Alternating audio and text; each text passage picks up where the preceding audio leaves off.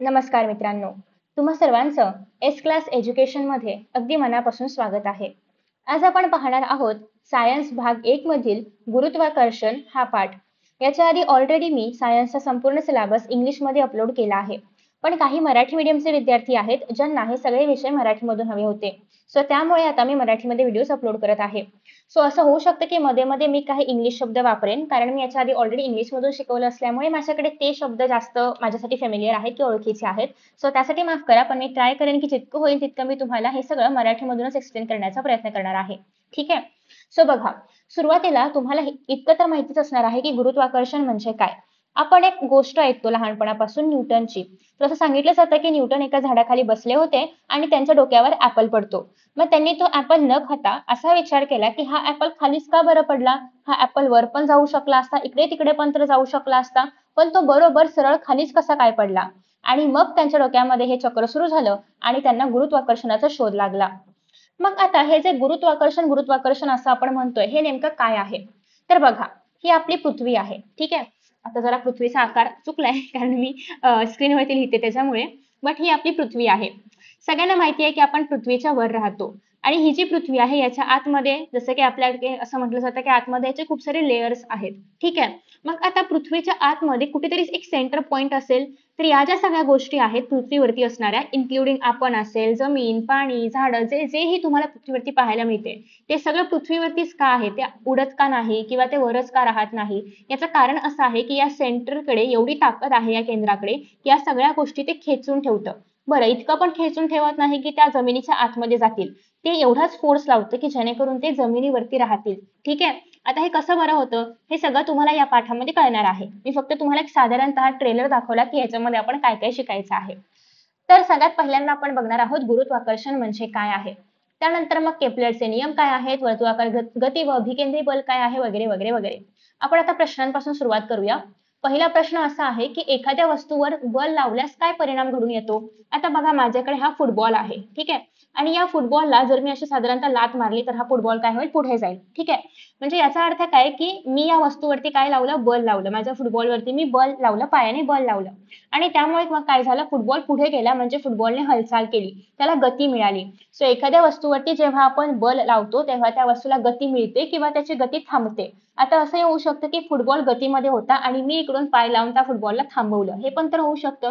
म्हणजे एकतर त्या वस्तूला गती मिळणार आहे किंवा त्याची गती जाणार आहे किंवा ती वस्तू थांबणार आहे. मग तुम्हाला बलाचे कोणते कोणते प्रकार माहिती आहेत. आता याच्या आधी ऑलरेडी आपण बल म्हणजे काय हे बघितलंय. एखाद्या गोष्टीला हालचाल करण्यासाठी जे काही आपण त्याला देतो, ते त्याला किंवा लावतो, ते असणार आहे बल. ठीक आहे. मग कुठलीही गोष्ट स्वतःहून हालचाल करत नाही, आपण त्याला बल लावल्याशिवाय ती गोष्ट हालचाल नाही करत. वस्तू हालचाल करण्यासाठी किंवा वस्तू एखादं काम करण्यासाठी ज्याची आवश्यकता असते ते असतं बल. मग ते स्नायू बल असेल, यांत्रिक बल असेल, गुरुत्वीय बल असेल, चुंबकीय बल असेल, घर्षण बल असेल, विद्युत बल असेल, तर हे सगळे काही बलाचे प्रकार आहेत. गुरुत्वाकर्षण बलाविषयी तुम्हाला काय माहिती आहे का. माहिती असेल तर उत्तम आहे, नसेल तर मी तुम्हाला सुरुवातीला सांगितलंच आहे. आता आपण पूर्ण पाठामध्ये बघणार आहोतच. गुरुत्वाकर्षणाचे बल हे एक वैश्विक बल आहे. वैश्विक बल असं का म्हटलंय, कारण पूर्ण विश्वामध्ये, पूर्ण जगामध्ये तुम्ही कुठेही गेलात तरी तुम्हाला गुरुत्वाकर्षण पाहायला मिळणार आहेच. ठीक आहे. म्हणजे इव्हन असं आहे का की तुम्ही अमेरिकेमध्ये गेलात तर तिथे गुरुत्वाकर्षण नाहीये, फक्त भारतात आहे, असं काही नाहीये. पूर्ण पृथ्वीवरती इव्हन पृथ्वीच्या व्यतिरिक्त इतरही काही ग्रह आहेत की ज्या ठिकाणी तुम्हाला गुरुत्वाकर्षण पाहायला मिळतं. फॉर एक्झाम्पल मार्सवरती पाहायला मिळतं. पण तेच तुम्ही जर मूनवरती गेलात, चंद्रावरती गेलात, तर त्या ठिकाणी इतकं गुरुत्वाकर्षण बल नाहीये. पृथ्वीच्या 1/6 किंवा 1/6 पार्टच बल जे आहेत, गुरुत्वाकर्षण बल जे आहे, ते तुम्हाला चंद्रावरती पाहायला मिळतं. ठीक आहे. सो हे जे गुरुत्वीय बल आहे तर ते वैश्विक बल आहे. आता ते केवळ पृथ्वीवरील दोन वस्तूंमध्येच नव्हे, तर कुठलेही जे खगोलीय वस्तू आहेत, खगोलीय वस्तू म्हणजे काय की जे अवकाशामध्ये आहेत, त्यातल्या कुठल्याही दोन वस्तूंमध्ये सुद्धा आपल्याला गुरुत्वीय बल पाहायला मिळतं. आता हे कशामुळे होतं, म्हणजे नेमकं गुरुत्वीय बल आहे असं आपण कधी म्हणू शकतो की जेव्हा दोन वस्तू आहेत, एका ठराविक अंतरावरती आहेत, दोन्ही वस्तूंमध्ये काहीतरी मास प्रेझेंट आहे, की काहीतरी वजन प्रेझेंट आहे, वस्तुमान प्रेझेंट आहे. जेव्हा असं असेल तर तेव्हाच त्यांच्यामध्ये हे जे ए आहे, सपोज आपण ए म्हणूया आणि बी आहे, हे जे ए आहे ते काहीतरी बल इथे लावतंय आणि हे जे बी आहे ते काहीतरी बल ए कडे लावतंय. आणि दोघांचं जर आपण म्हणूया की वजन सेम असेल तर बल जे असणार आहे त्याने दोघं एकमेकांकडे अट्रॅक्ट नाही होणार. ठीक आहे. म्हणजेच काय की फॉर एक्झाम्पल आता आपण असं म्हणूया की आपल्याकडे एक ऍपल आहे आणि एक पृथ्वी, पूर्ण आपली पृथ्वी आणि ऍपल आहे. आता ऍपल पण पृथ्वीवरती काहीतरी बल लावतंय आणि पृथ्वी पण ऍपल वरती काहीतरी बल लावतंय. ठीक आहे. पण त्याच्यामुळे असं होतं का की पृथ्वी ऍपलकडे खेचली जाते? नाही, ऍपल पृथ्वीकडे खेचला जातो. राईट. म्हणजे याचा अर्थ काय की वस्तू जेवढी मोठी असेल, जेवढं त्याचं मास जास्त असेल, तेवढंच त्याचं गुरुत्वाकर्षण बल किंवा गुरुत्वाकर्षणाचं बल सुद्धा जास्त असणार आहे आणि तेवढ्याच वेगाने ती दुसऱ्या वस्तूला आपल्याकडे खेचणार आहे. ठीक आहे. सो आय होप की तुम्हाला एक बेसिक आयडिया मिळाली आहे की नेमकं गुरुत्वाकर्षण कसं काम करतं. आता बघा ग्रॅव्हिटेशन. गुरुत्वाकर्षणाचा शोध सर आयझॅक न्यूटन यांनी लावला, हे तुम्हाला माहितीच आहे. तुम्हाला हे पण माहिती आहे की ते सफरचंद खाली पडलं होतं वगैरे वगैरे वगैरे. मग बऱ्याच विचारांती त्यांनी निष्कर्ष काढला की पृथ्वी सफरचंदाला स्वतःकडे आकर्षित करत असेल व या आकर्षण बलाची दिशा पृथ्वीच्या केंद्राकडे असते. हे पण मी तुम्हाला सांगितलं की हे जे काही आकर्षण आहे ते कुठे आहे? पृथ्वीच्या केंद्राकडे आहे. म्हणजे प्रत्येक गोष्ट ही वरून सरळ खाली का पडते? कारण हे जे गुरुत्वाकर्षण आहे पृथ्वीचं तर ते केंद्रबिंदूकडे आहे आणि त्यामुळे प्रत्येक गोष्ट वरून सरळ खाली येते, इकडे तिकडे न जाता. ठीक आहे. नाहीतर पण असं पण होऊ शकतं की हा जो ऍपल आहे तो असा गेला असता, असाच कसा पडला, असा गेला असता, असा गेला असता, असा पण गेला असता, पण असं नाही होत. पृथ्वीच्या केंद्राकडे या ज्या सगळ्या वस्तू आहेत तर त्या गुरुत्वाकर्षण बलामुळे खेचल्या जातात. आणि मग ठीक आहे, पुढे काय आहे? झाडावरील सफरचंदापासून पृथ्वीच्या केंद्राकडे जाणारी दिशा ही क्षितिजलंब असल्याने सफरचंद झाडावरून क्षितिजलंब दिशेने म्हणजे एकदम बरोबर खालीच पडला. ठीक आहे. आता या ठिकाणी तुम्हाला ते सगळं डायग्राम वगैरे पण बघायला मिळते की कसं काय झालेलं आहे. पृथ्वीवरील एक सफरचंदाचे झाड दाखवलेलं आहे आणि सफरचंदावरील बल हे पृथ्वीच्या केंद्राच्या दिशेने असते, म्हणजे सफरचंदाच्या स्थानापासून पृथ्वीच्या पृष्ठभागापर्यंत ते लांब आहे. ठीक आहे. लंब आहे म्हणजे परपेंडिक्युलर आहे, याला आपण लंब काढणं असं म्हणतो ना. ठीक आहे. सो इथून ऍपल बरोबर इथे पृथ्वीच्या केंद्राकडेच आकर्षित झाला आणि बरोबर खालीच पडला. सो ते आहे लंब. त्यानंतर असं आहे की न्यूटनने विचार केला की जर हे बल वेगवेगळ्या उंचीवर असलेल्या सफरचंदावर प्रयुक्त होत असेल तर ते सफरचंदाहून बऱ्याच अधिक उंचीवर पृथ्वीपासून खूप दूर असणाऱ्या चंद्रासारख्या वस्तूवर पण प्रयुक्त होत असेल का? म्हणजे त्यांना असा विचार आला की जसं सफरचंद आणि पृथ्वी यांच्यामध्ये गुरुत्वाकर्षण आहे तर त्याचप्रमाणे चंद्र आणि पृथ्वीवरती असेल का? तर अर्थात आहे. हे आपण कसं सिद्ध करू शकतो? तर बघा, चंद्र जो आहे तर तो पृथ्वीच्या एका पर्टिक्युलर डिस्टन्स वरती आहे. ठीक आहे. तो पृथ्वीवरती येऊन आपटतो का? नाही. म्हणजे तो पृथ्वीच्या भोवती फिरतो पण तो पृथ्वीवरती येऊन पडत नाही. याचं कारण असं आहे की पृथ्वी आणि चंद्र हे दोघं पण एक दुसऱ्यांवरती काहीतरी गुरुत्वाकर्षण बल लावत असतात आणि ते बॅलन्स्ड असल्यामुळे, संतुलित असल्यामुळे पृथ्वी चंद्रावरती पडत नाही किंवा चंद्र पण पृथ्वीवरती पडत नाही. ठीक आहे. तर त्याचबरोबर ज्याप्रमाणे चंद्र आणि पृथ्वी यांच्यामध्ये गुरुत्वाकर्षण आहे त्याचप्रमाणे सूर्य आणि पृथ्वी, सूर्य आणि इतर ग्रह झापक्षामध्ये सुद्धा अशाच प्रकारे गुरुत्वाकर्षणाचं बल आहे. त्यामुळे प्रत्येक ग्रह आपल्याच ऍक्सिस भोवती किंवा आपल्याच अक्षाभोवती फिरत असतो, तो दुसऱ्या कुठल्याही ग्रहावरती जाऊन आदळत किंवा आपटत नाही. ठीक आहे. आता बल व गती. बल म्हणजे फोर्स आणि गती म्हणजे मोशन. एखाद्या वस्तूच्या वेगाच्या परिणामात किंवा गतीच्या दिशेमध्ये बदल घडवून आणण्यासाठी त्यावर बल प्रयुक्त होणे आवश्यक असते. आता आपण काय पाहिलं होतं फुटबॉलचं एक्झाम्पल की तो आधी स्थिर होता, त्याला जर आपण बल लावलं पायाने लाथ देऊन तर तो फुटबॉल पुढे सरकला, म्हणजे त्याला काय मिळाली? गती मिळाली. हेच जर फुटबॉल ऑलरेडी या डिरेक्शन मध्ये जातोय, इथे फुटबॉल आहे असा पुढे जायला पाहिजे होता, पण मी इथून येऊन त्याला पाय मारला तर तो इकडे जाऊ लागला, म्हणजेच काय झालं? फुटबॉलची दिशा बदलली. सो अशा पद्धतीने दिशा बदलायची असेल, गती द्यायची असेल किंवा गती थांबवायची असेल, या सगळ्यासाठी आपण बलाचा उपयोग करतो. आता परिचय शास्त्रज्ञांचा. Sir Isaac Newton. जन्म आहे 1642 आणि मृत्यू आहे 1727. आधुनिक काळामधील एक अग्रगण्य शास्त्रज्ञ मानले जातात. त्यांचा जन्म इंग्लंडमध्ये झाला. त्यांनी गतीचे नियम, गतीचे समीकरण आणि गुरुत्वाकर्षणाचा सिद्धांत आपल्या प्रिन्सिपिया या पुस्तकामध्ये मांडला होता. त्याआधी केपलरने ग्रहांच्या कक्षाविषयी वर्णन करणारे 3 नियम सुद्धा मांडले होते. ते देखील आपल्याला पुढे पाहायचे आहेतच. परंतु ग्रह या नियमाप्रमाणे भ्रमण का करतात यामागील कारणांची काही जाण नव्हती. म्हणजे केपलरने काय केलं होतं, त्याचे टेलिस्कोप वगैरे आहेत त्यातून बघून, दुर्बिणीतून वगैरे बघून त्याला अंदाज आला होता की हे जे ग्रह आहेत तर ते काहीतरी एक पॅटर्न फॉलो करतायत. ठीक आहे. पण ते तसंच का करतायत किंवा ते त्याचप्रमाणे का वागतायत हे काही त्याला गणितीय समीकरण देऊन वगैरे स्पष्ट करता येत नव्हतं. मग जोपर्यंत आपण एखाद्या थिअरी मागे काहीतरी गणितीय स्पष्टीकरण किंवा काहीतरी गणितीय प्रूफ देत नाही तोपर्यंत ते लोक मानत नाहीत. मग हे जे प्रूफ देणं आहे किंवा याच्या मागचं जे काय म्हणूया आपण एक समीकरण देणं आहे, गणितीय समीकरण देणं आहे, सिद्ध करणं आहे, तर ते कोणी केलं? आयझॅक न्यूटन यांनी. न्यूटनने प्रकाश, गती, उष्णता व गणित या क्षेत्रांमध्ये उल्लेखनीय कार्य केले.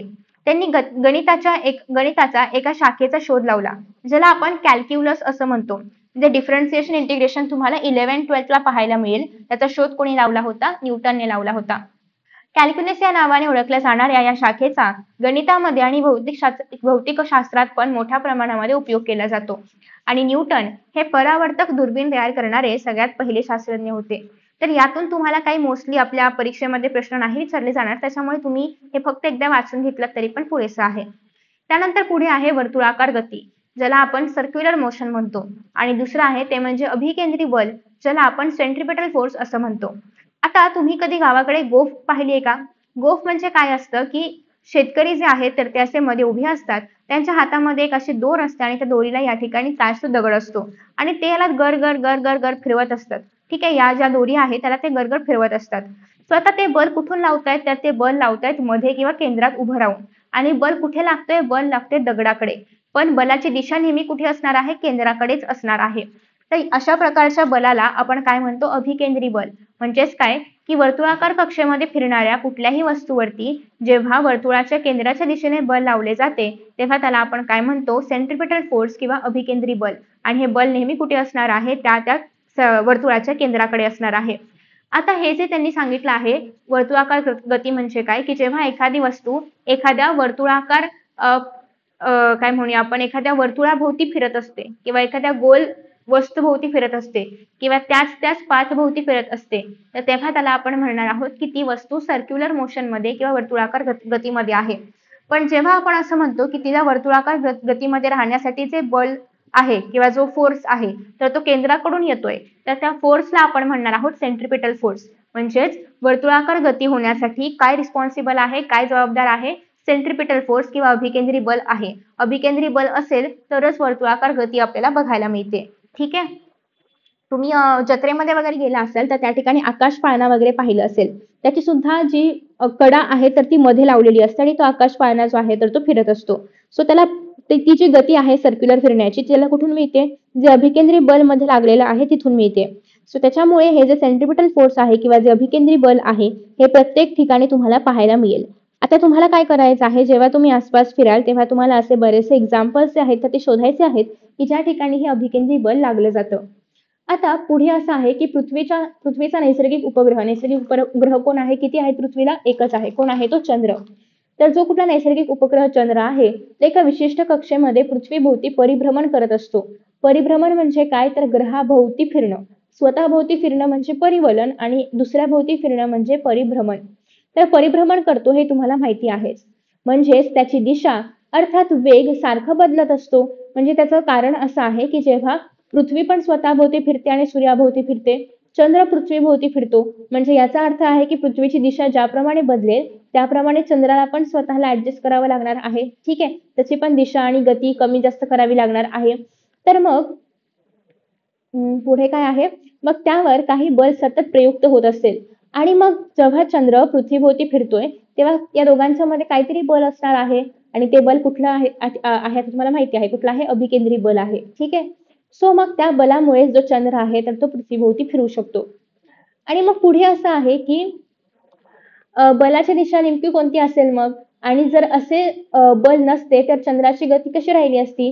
जर म्हणजे कुठल्याही प्रकारचं बल त्या ठिकाणी नसतं, म्हणजे मध्ये जर चंद्र नसताच तर मग मध्ये जर पृथ्वी नसतीच तर मग चंद्र कसा फिरला असता वगैरे, हे सगळे प्रश्न तुम्हाला या ठिकाणी विचारलेले आहेत. मागील कृती उदाहरण व प्रश्नांचा विचार केल्यास आपल्या असं लक्षात येतं की चंद्राला पृथ्वीभोवती त्याच्या कक्षेमध्ये फिरतं ठेवण्यासाठी त्यावर बल प्रयुक्त होणे आवश्यक आहे.